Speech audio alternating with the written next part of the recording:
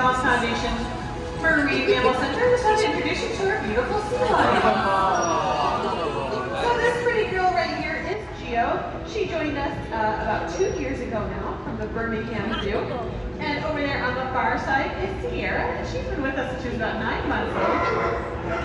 And she has a beautiful set of lungs.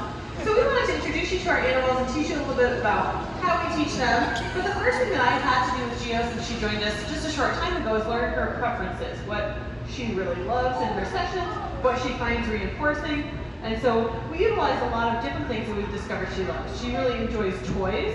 So sometimes in training sessions we'll use toys to let her know what she did, or what a great job she did rather. We'll use obviously her fish. So they eat sustainably sourced seafood like herring, capelin, and squid.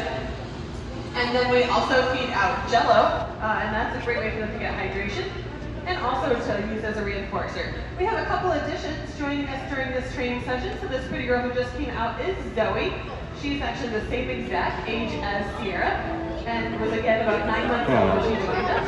And then shortly coming out as well is going to be Tipper, and Tipper is our 12-year-old female California sea lion. She joined us from the Turtleback Zoo in New Jersey.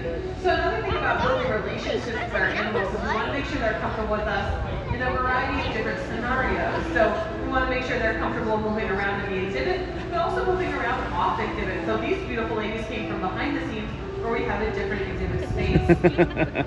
Now for Geo, learning her preferences was important first. I had to learn what fish she loves. Then I had to learn all of her behaviors. Now impressively, she knows 150 different behaviors. So I thought I would just demonstrate a few of those so you can see how amazing she is. She likes to do some imitations of different animals. So this is her snake. Good. This is her imitation of a banana. Also how harbor seals pose, in case you've never seen a harbor seal. Good job. Yeah. We're going to have Tipper pass us by, and then I'm going to show you another one that people really enjoy. This is, good, her airplane. Good.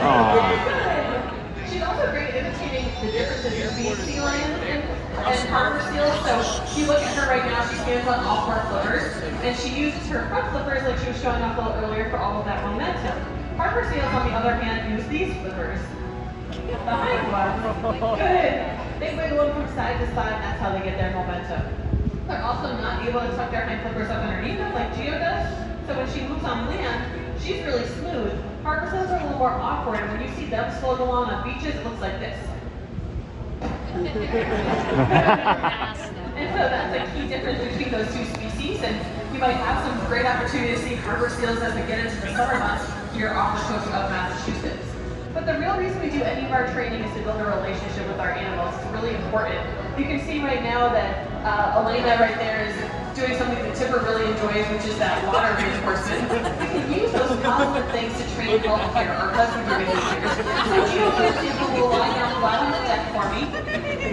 You can see there's activity happening behind her, there's me standing in the front, and she's confident that I'm here to take good care of her, so she's willing to lay still for me despite activity happening around her. We can utilize behaviors like Tipper showing off, and I'll ask Geo to show off as well, where they show off their bellies to do an ultrasound behavior. So I can touch her body anywhere from head to toe and take an ultrasound. We can even train these animals to take blood samples from their front or their hind flippers. Good, Geo.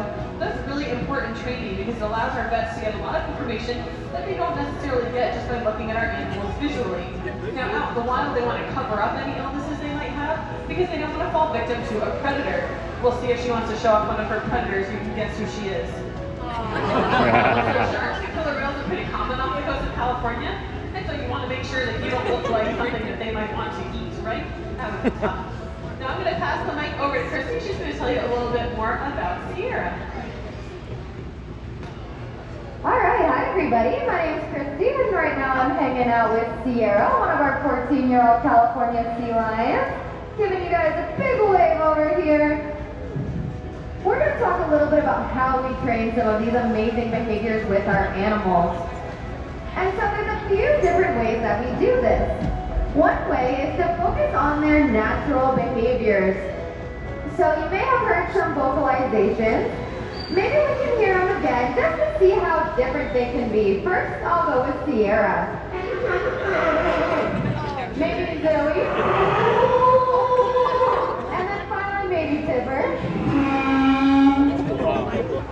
I didn't mean to skip Geo, but she's a little quiet. There's also some other natural behaviors, like this one right here, which is a interesting behavior that these animals will engage in to be able to catch fast-moving prey or to be able to avoid a predator like a shark. Sierra giving her best impression. Another way that we train our animals is through what's called shaping. And so in shaping, our animals first learn to touch their nose to our hands. And this is called a hand target. So you can see Sierra's following my hand as it moves around. I can use either one, and then she knows to follow it as it moves. So if I wanted to train Sierra how to spin in a circle, or to jump up and down, or maybe just to lie flat on the ground to get a good look at her entire body. I could also train her to spin in a circle, all using that same hand target. Eventually, I don't have to use my hand as closely. I can back it away, and I can give Sierra a signal she understands. We can show just how flexible she is. And we can even combine different behaviors. So, for instance, we can see that Sierra knows how to walk, and she also knows how to hold all her weight on her front flippers. So if I start to walk, she can combine those two things. Nice job, Sierra. One final way that we train with our animals is through what's called mimicry. And this is when our animals see what we're doing and they mimic us. And so one example of this is if I lift my leg, Sierra lifts her flipper, we can turn in a circle, hop up and down, and maybe even move our hips side to side. This is really important for sea lion pups as they're learning because they spend about a year with their mothers, so they need to know how to hunt, how to get fish, and how to really thrive in their natural environment. Lastly, I'm going to talk to you guys about a really fun behavior that our animals know, where we give the same signal over and over again, and our animals are able to offer whatever they would like. And so that could be the same behavior, we just hope that they don't offer the same thing repetitively. So let's see what Sierra's thinking about. She lifted her flipper and touched the water. Now she's slapping her other flipper. Aww. Let's see what she's got on the deck. A blow a kiss. Lifting, lying down, lifting her flipper up, and sticking her tongue out if you were looking closely.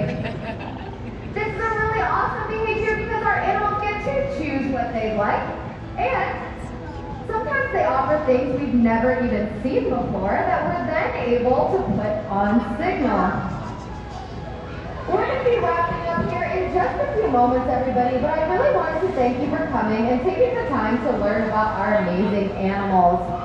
We hope that by taking some time to learn about Sierra, Zoe, Geo, and Tipper, that you're inspired to protect California sea lions in their natural environment, which also means protecting our oceans, because without healthy oceans, these animals cannot thrive. Right, Sierra?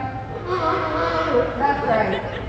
Thank you guys so much for coming, and I hope you enjoy the rest of your day here at New England Aquarium.